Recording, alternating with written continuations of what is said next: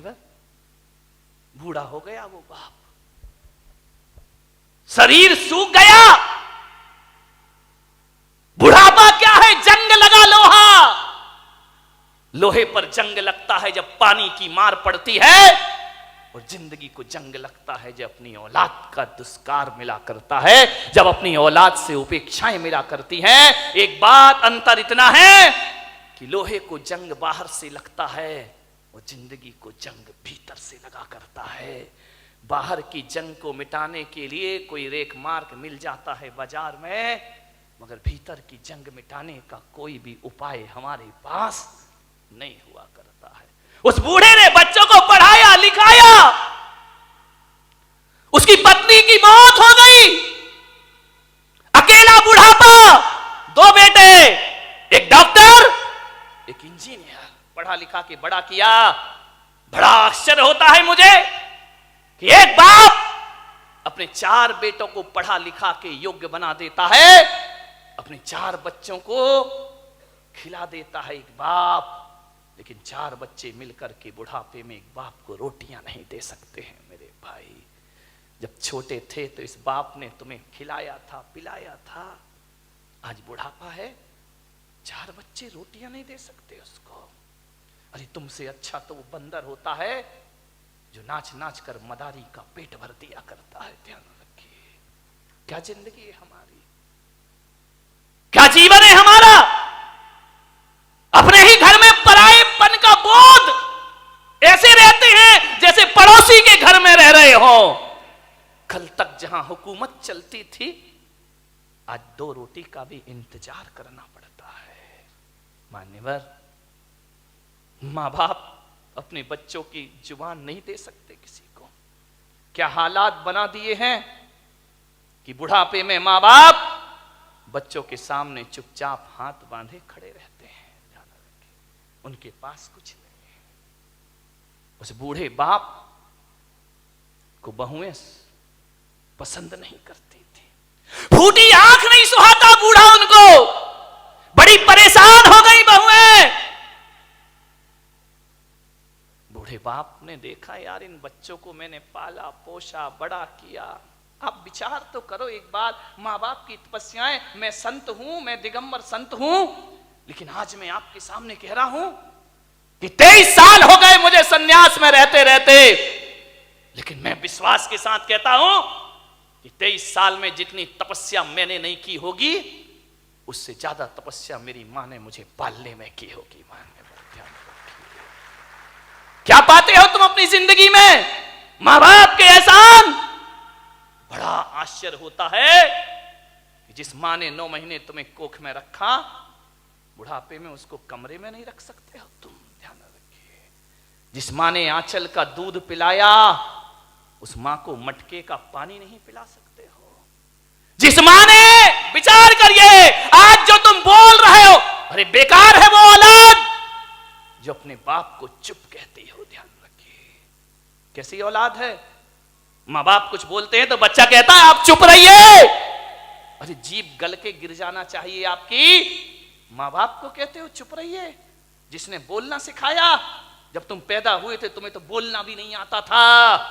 बताइए सबसे पहले बोलना किसने सिखाया था? इस मां बाप ने। और इसी दिन के लिए सिखाया था कि जब तू बोलना सीख जाए तो हमें कहना कि तुम चुप रहो। ध्यान रखिए मान्यवर, मां बाप के एहसानों से मुक्त नहीं हो सकते कभी। जब तुम्हें चलते नहीं बनता था ना, किसने चलना सिखाया था? बताइए, उंगली पकड़ के किसने चलना सिखाया था? इस मां ने सिखाया था, इस पिता ने सिखाया था।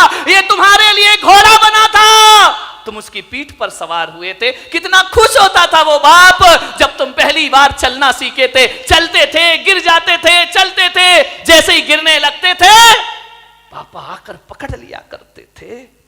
एक बात तो बता दो, युवाओं से मेरा निवेदन है, जब तुमसे चलते नहीं बनता था तो माँ बाप ने उंगली पकड़ी थी, और आज उनसे चलते नहीं बनता तो तुम उनका हाथ नहीं पकड़ सकते हो। तुम्हें उनका हाथ पकड़ने में शर्म आती है, तुम्हें गाड़ी में बिठा के मंदिर ले जाने में शर्म आती है, तुम्हें शर्म आती है अपने माँ बाप को सहारा देने में। वाह रे इंसान, विचार करिए। याद है तुम्हें जब बचपन में स्कूल जाते थे तो माँ क्या करती थी, तुम्हारे टिफिन में 2 रोटी रखती थी, बेटा पढ़ाई भी करना, भूख लगे तो ये रोटियां खा लेना। स्कूल में रहने के बाद भी माँ तुम्हारा ख्याल रखती थी। और जब स्कूल जाते थे तो माँ पिता 1 रुपया 2 रुपया तुम्हारी जेब में डाल दिया करता था। विचार करो आप कि जिस माँ ने टिफिन में 2 रोटियां रखी हैं, बुढ़ापे में आज उस माँ की थाली में 2 रोटी नहीं है। और जिस बाप ने जेब में पैसे डाले थे, आज वो बाप बिना पैसे के घर में जिंदगी जी रहा है, एक एक पैसे को तरसता है, उसे शर्म आती है अपनी औलाद से पैसा मांगने में।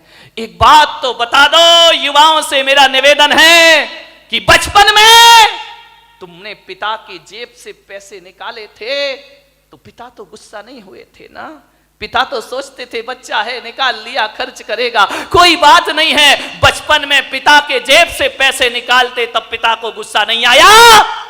और आज बुढ़ापे में बाप यदि तुम्हारी जेब से पैसा निकाले तो तुम्हें गुस्सा क्यों आता है? मैं आपसे पूछना चाहता हूं, युवाओं से मेरा प्रश्न है, आज आपको गुस्सा क्यों आता है? आज पिता को इजाजत क्यों लेना पड़ती है? एक बात आपसे निवेदन करने जा रहा हूं मान्यवर, जब तुम छोटे थे ना, ये वही बाप है, तुम्हारे घर में एक चिड़िया आती थी, तुम बचपन में छोटे में पूछते थे पापा ये क्या है? पापा कहते थे बेटा चिड़िया है। फिर थोड़ी देर बाद चिड़िया आती थी, पापा ये क्या है? बेटा ये चिड़िया है। फिर चिड़िया आई, पापा ये क्या है? तुमने 10 बार पूछा, बाप ने 10 बार बताया बेटा ये चिड़िया है। पापा को गुस्सा नहीं आया ना? और जब बुढ़ापे में एक बाप किसी बात को 2 बार पूछ लेता है तो आप कहते हो तुम्हें एक बार का समझ में नहीं आता है, बार बार पूछते रहते हो। कितनी बार समझाऊं तुमको?